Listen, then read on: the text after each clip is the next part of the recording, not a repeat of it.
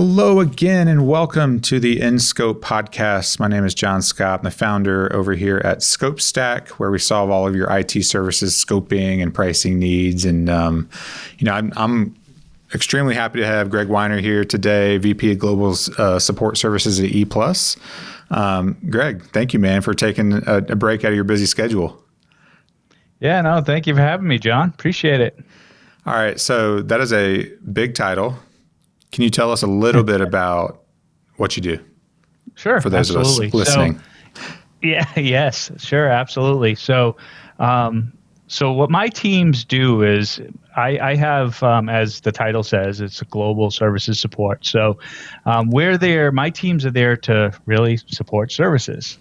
So what that means is do things like contract creation, like SOW creation, quoting, assessments. So that basically there's it's a central place where all the regions can come in and talk to us and get help when they need it, where we try to create efficiencies within the team. So that's why we centralized a lot of these functions. So every region doesn't have to build their own thing. Yeah. So in centralizing that, like kind of an inherent part of it is that team is actually not centralized, but distributed across the world. Correct. Right. And so all those people rolling up, reporting into you, you're solving a bunch of different problems for a bunch of different people. Like really the thing that I wanted to pick your brain on is not necessarily like the tactical pieces of what your team does, but like how do you manage a team that's all over the place? You know, a distributed team. I think this is a really relevant topic for anyone of any size that is working with and building relationships in a working capacity, like in a distributed way, you know? And so that's really what I want to key on, because you've clearly, you're doing that and you're good at doing it. And so, you know, I want people to learn from you, Greg. Sure. Yeah, no, that's a great question. So I think one of the keys is to make them feel like they're at an office, even though they're dispersed, right? To over communicate to them. You know, you want to make sure that you understand their personal life as much as you understand their business life, because that's really what you'd talk about if you were in a single office, right? You'd have the water cooler talk, you'd have and that's something that, you know, creates the networking, actually creates the relationships.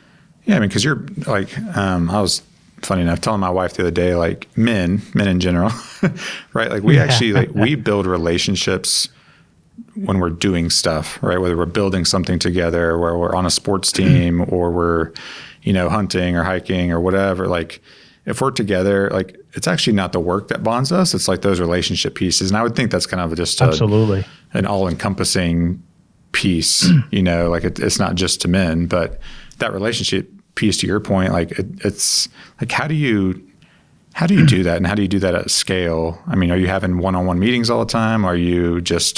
Do you have to force yourself to ask those personal questions? Like what are your Yeah, go-tos? you do. So yes, part of it's one-on-one meetings, right? And that includes getting on the calls, and really it's a little counterintuitive, but taking notes as you're on these personal calls, right? Yeah. So you know the names of the kids, you know what they're doing over the weekend, you know the hobbies. And I think that's important, because so when I generally get on a call with somebody, I don't just jump right into business. I'm like, hey, what'd you do last weekend? What did you have fun with Sally or Joey or whatever the kids' names are?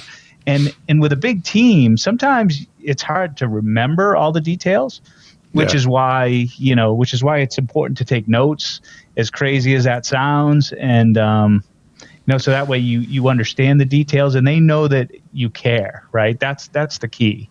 Oh, 100%. Well, I mean, so really, like, you know, sales executives, right? They're trying to do that sort of thing with their customers and clients and build those relationships. Sure. You, on the other hand, while you do have some customer facing time, I'm sure, but like your customers are the people on your team, you know, and so yes, you're building those relationships that are just as important as that salesperson building one with an end client. Yeah, absolutely. No, I agree. I mean, it's between that and the other thing is, so I have my team are my customers, but the internal folks, the internal regions are also my customers. Oh, yeah. Yep. Right. So we have two sets of customers really, but as far as the individual team goes, it's just important to know when they're, if they don't have enough to do, right? And it's not, so we do check utilization and we do, but that's not the only metric we use, because I don't want to go call somebody and the first time I talk to them and say, hey, why are you only 60% utilized? Right. Yeah. I want to talk about, hey, are you busy? Are you, and we talk about it in the context of, do you want to learn something else? You don't just want to hit them with the numbers and then they're like, well, I talk to you once a week and you're just jumping into numbers, right? Yeah. Well, because I think if you know a little bit about the context that person is like personally working in, you might be able to answer that question, right? Someone got sick or someone broke a leg. Absolutely. Or, and so the why, right, is often very important. Agreed. When you're or you're they may be talking dealing about, with a sick relative, right? Right. Yeah. And then you want to make sure that you're not saying, hey, why aren't you in? And again, it goes back to knowing the personal life, not just what they're doing in business, because again, that makes you feel connected, and it establishes trust as well. So.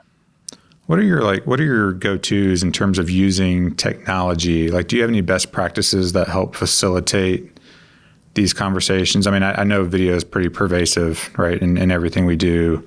Some people have a hard time turning on video. Sure. So like, are there some go-tos, some tool sets, some things that you do to help with these conversations? Sure. Yeah. So we do use video. We do use, and I'll give Cisco a plug. We use WebEx, right? Yeah. So we use those tools. I use OneNote, to kind of take the notes for the one-on-ones, so I can remember those things. Because again, as I get older, my memory is not what it used to be. But so I use those different tools. And really it goes back to over communicating, right? Sometimes I'll just send emails or I'll just call somebody to just say, hey, good morning, how's things going, right?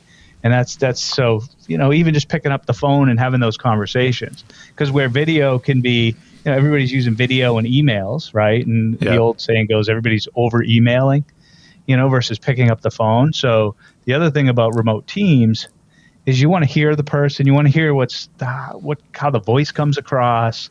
Like funny story, somebody said to me today, I said, hey, how you doing? And they're like, oh, I'm doing good. I'm like, you don't sound good, just because of the inflection in the voice, right? Yeah. So I think that's important as well. So to really understand and engage, and then that person proceeded to tell me, oh yeah, well, I'm having an issue here, I'm having an issue there. And so normally I would have been like, oh, great, you fine? Yeah, right. And, over email or text, like you sure.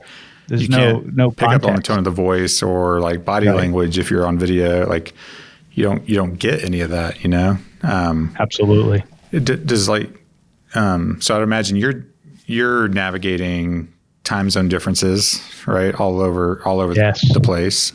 Does technology, like, how big of a problem, or is it even a problem, dealing with that? And how does technology like equip you to manage that, if that makes sense?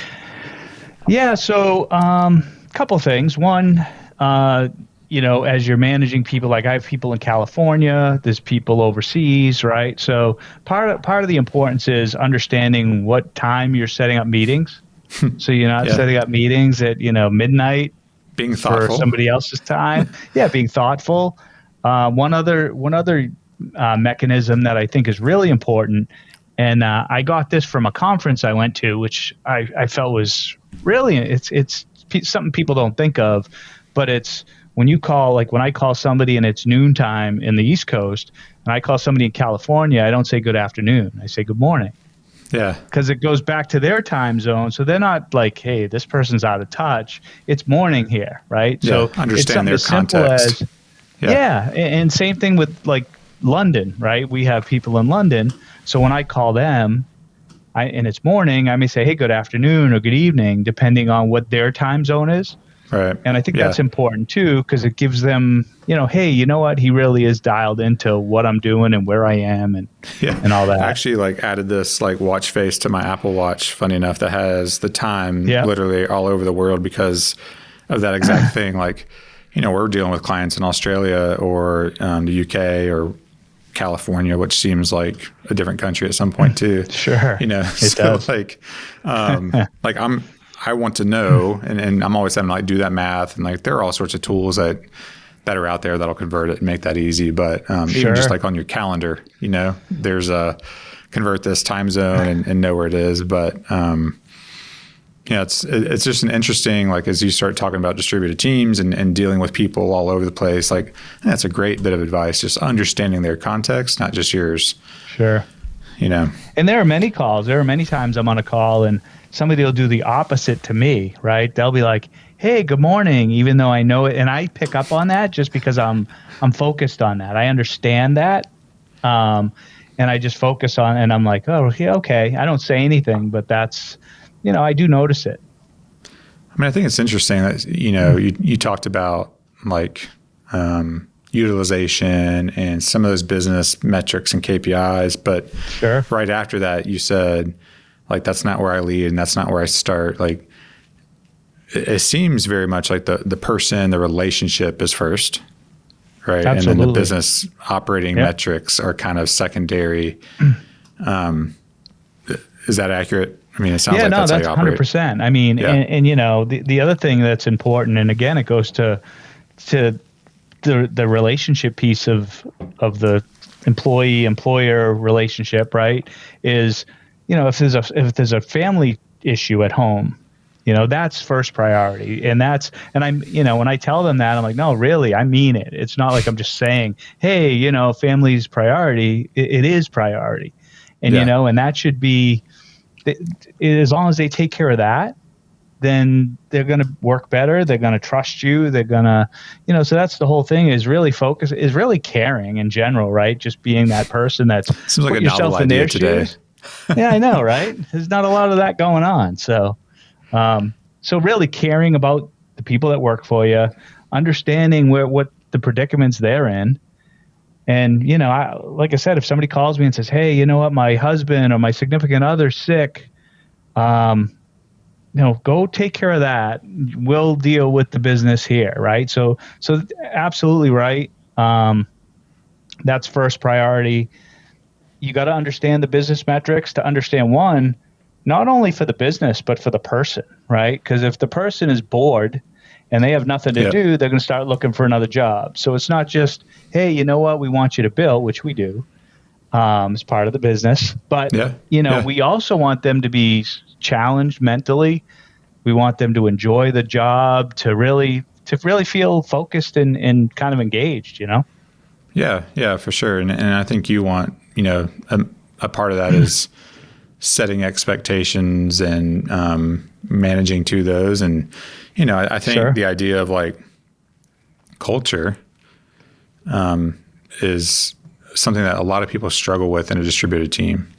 So, I mean, we have a distributed team, and we put a lot of effort around over communicating. I think, as you mentioned earlier, and just, similar thing, right? Someone on our team and going through some personal stuff, like we are not going to get the best product out of you business wise. And that's not how I think about it necessarily, but if you're distracted or if you're worried about something else, so how can we help you not be worried or help that? And so truly caring, I think it does sound easy, but there has to be some intentionality around that, and I think that becomes ingrained in the culture that you start to build in your team. And so maybe can you just kind of speak to that culture piece? I know you had mentioned at one point, rewarding people and things like that. Maybe just kind of expand on that. Yeah. So, so a lot of times what I'll do is I'll bring my team together, at least once a quarter, sometimes once a month, it depends, but usually once a quarter at a minimum. I'll bring my whole team together. We'll do awards. We'll do kind of like we're in a room together, and I want to recognize some of the top, really when the you effort say bring them together, are you saying physically together? Virtually. Both. So most of the time, financially, that's tough to do with everybody. Yeah. But at a minimum, virtually, right?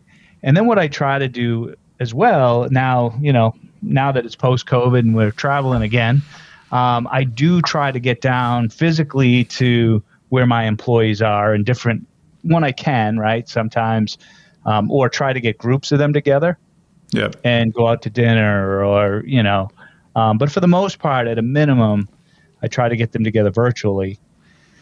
We put aside some awards for them. We recognize them in front of their peers. And I also do team meetings. So I have probably 8 or 9 disparate teams. Okay. So I try to get the teams together on a regular basis so there's camaraderie there. And people talk about their home life. People talk about, well, hey, this is what I did this weekend. So I give everybody a chance to talk and kind of, go over what they did over the weekend or anything else they want the team to know. Yeah, and I'm sure, like, ideally, like those teams are meeting probably at a more frequent cadence than, you, the big boss, coming in and doing all that stuff, right? Sure. But hopefully there's a culture, right. like there's a culture within that team that supports that, right? And it sounds like that's something that you're kind of building and instilling in all these Yes. disparate teams to do that. So, I think that's really interesting. Yeah, and I think that comes from the top down, right? Not only from 100%. our executive leadership in our company, which is really good about that, but from my perspective, the family first, all that, all my directors are aware of that. Everybody kind of, that's the expectation of the team, right? That's the expectation of the leadership. So I think that's important to kind of push that down to your team members. Like I know, it is a small world in our IT services channel world. And so I know a lot of people that work at ePlus, and just like what comes to mind is that caring, right? And it is like there are people there that kind of embody that cultural component. And so sure. I know that comes into play, I guess is my point, when you're evaluating organizations and people to hire and like all that stuff. Like, will they embody what we're trying to lay down as a part of our cultural kind of framework, Yeah. And that's really important to everybody. That's important to anybody that I'm involved with in a day-to-day basis. Is always, hey, we want to make sure that not only it could be a rock star of talent, but at the same time, if it's not going to be a cultural fit, it's just going to throw everybody off and it's just not going to work for us, right? So we want to make sure we have good talent, but at the same time, we want to make sure that they're going to fit culturally within the organization. So I think that's really interesting. Just to hear you, like, I kind of had some preconceptions, like, coming in, like, what's Greg going to say about this distributed team and all that stuff? And like, it's really cool just to hear that the people, it's like people first, right? And it's all the people. Yeah. And it's not because business is not important. Like, y'all are doing big things with your business. And so that doesn't take a back seat at the end of the day, but like, that personal side is extremely important. And it sounds like in a bunch of different ways, at your organization. So it does. Well, one, everybody's got to go to work, right? So I tell my team members, hey, we all go to work. We all want to be successful, right? We all got to, really take care of our families. And so that's a big part of it, right? Is really, it's all about the people, right? And the other thing is, and I know it's kind of cliche in a way, but you're only as good as your people. And that's so true. That's, people say that, but if you have a good team and there's trust there and they truly feel that you're out for their well-being, or you're looking out for them in a way, I feel you can get a lot more done, and people are willing, there's more skin in the game for them. So they're willing to, their success is your success and vice versa. So. Oh, sure. I heard from a business owner one time, I said, how do you keep hiring all these, really good people? And she told me, she said, we hire the attitude and we teach the skill. So even if they don't have the skill today, like, we can teach that. I can't teach them attitude. And so if their attitude doesn't fit with our culture and what we're trying to do, it's going to be hard to fix that. Yeah, I agree with that approach. Yeah. So Greg, give me some, again, you're operating at kind of a different scale than most, but I think the principles apply regardless of the size. Like working in a distributed team, managing a distributed team, like what are some bits of like practical, just tactical advice that you would give someone that is starting down that road? Sure. Yeah. So one, I would say kind of goes back to showing that you care, right? Understand, get to know your employees' family, get to know hobbies, and you may have hobbies in common that you can talk about together, which is, there are some people on my team that, there are some similarities there that we're like, hey, well, how you doing this? Or what about this? So similar hobbies, the one-on-one calls, really understanding, really getting to know the people that work for you is, I'd say, probably the first one. The second one I would say is a little more, it kind of slapped me in the face early on in my career, in a way that it's, give somebody your undivided attention, right? Don't multitask and this goes not only for remote, but this goes for in person. So if you're, I don't know how many, I don't know how many people, an employee will come into your office, you got something, you're in a hurry to get something on email out or whatever, and they're trying to tell you something important, and you're sitting typing away as their boss, and to them, all they see is, he could care less what I'm saying. Yeah. Right. But, ideally, now what I'll do, early on I saw it was kind of funny. It was a skit in a seminar I went to, and I was like, that's me. Like you, like at the beginning. I wanted to ask you how it hit you in the face, but I didn't want to go there. That's how it hit me in the face, right? So I was in the seminar, and I'm watching the skit, and somebody's typing away, and somebody comes in, and it was they wanted to put on this, hey, just look at this, and I'm looking, and I'm like I said, that's kind of light bulb went off. Yeah. And I'm like, I do that. Right. So since then, and that was many years ago, if somebody either comes in my office, I'll close my laptop or whatever, I'll turn around and give them my undivided attention. Or if I don't have the time, if I really do have to get something out, I'll say, hey, can you come back in 5 minutes or 10 minutes and you'll have my undivided attention. And I think that's the biggest one, right? Because that's what people I see. So I see this almost not every day now, but I see it a lot. A lot of managers do that because they're in such a hurry to get whatever done they need done. They forget that they got a whole team of people that are looking at them going, I'm telling you about my sick relative, and you're sitting there typing away going, yep. Oh, what did you say? And it's the same thing comes across when you're doing it remotely. I think it's so funny, successful teams and just people that are doing it right. It's not because of some crazy technical skill or something that makes them, a genius or anything like that. It's just these super, what should be very basic, things, right? Like, true. Take care of people, care for people, just give them your undivided attention. The return on that is above and beyond business, to me. So, and to me, that's kind of, it's just normal to me. It doesn't seem like it's, when people are like, well, how do you, there's not a lot of attrition on my team, right? Because, and I do hear that, hey, you know what? I enjoy being on the team. And it's not because I'm doing anything, superhero like, right? It's, I just care about people and I show it and, and I put the priorities where they should be. Yeah. No, in my that's really mind. cool. Yeah. That's really cool, Greg. And again, y'all are operating at a large scale. And so it's great to hear just those core things are kind of at the core of it. And so it's really neat to hear. Well, Look, man, I think this is a ton of just great advice from someone that's been there, that's currently doing it, right? This is not, hey, I used to do this 15 years ago. Like, you're in it day in, day out, operating at a very high level.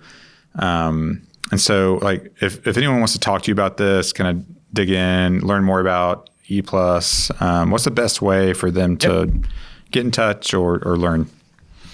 Yeah, so probably two ways. One is I do have a Twitter account. It's at gweiner820 on Twitter. Nice. Or I'm also on LinkedIn as well. So cool. They can get a hold of me there, send me a message or whatever. Thanks, Greg. And I'll put your personal address up on the screen later. I'm just kidding. Thanks a lot, buddy. Yeah, man. But no, I really appreciate you taking some time out to kind of share with what's working over there, and hopefully, again, I don't think anything of it, like any of it, was groundbreaking necessarily, but what stuck out is like what you said there at the end, like putting the prioritization where it needs to be, and that's the people at the end of the day, right? We can have all the technology. And the key is a lot of people don't. Right. That's the key. Is a lot of people. It's hard for some people, but you have to be intentional about it, like you are. I agree with you. Yeah, you do have to. You do have to really care. Versus, hey, and I think some of that comes with experience. Some comes with just kind of being deliberate about it, right? So. Yep, 100%. Well, awesome. Well, again, thank you, sir, for joining us. And for those of you that are just tuning in, interested in learn more, you can go to scopestack.io/podcast to see all of the podcasts that we have out there. Subscribe on your favorite channel. And again, if you're interested in about what ScopeStack does and what it has to offer and kind of the problems that it is solving for IT services companies, you can go to scopestack.io/free to sign up for a Sandbox account and check it out yourself. So again, thank you for joining us, and we'll see you out there.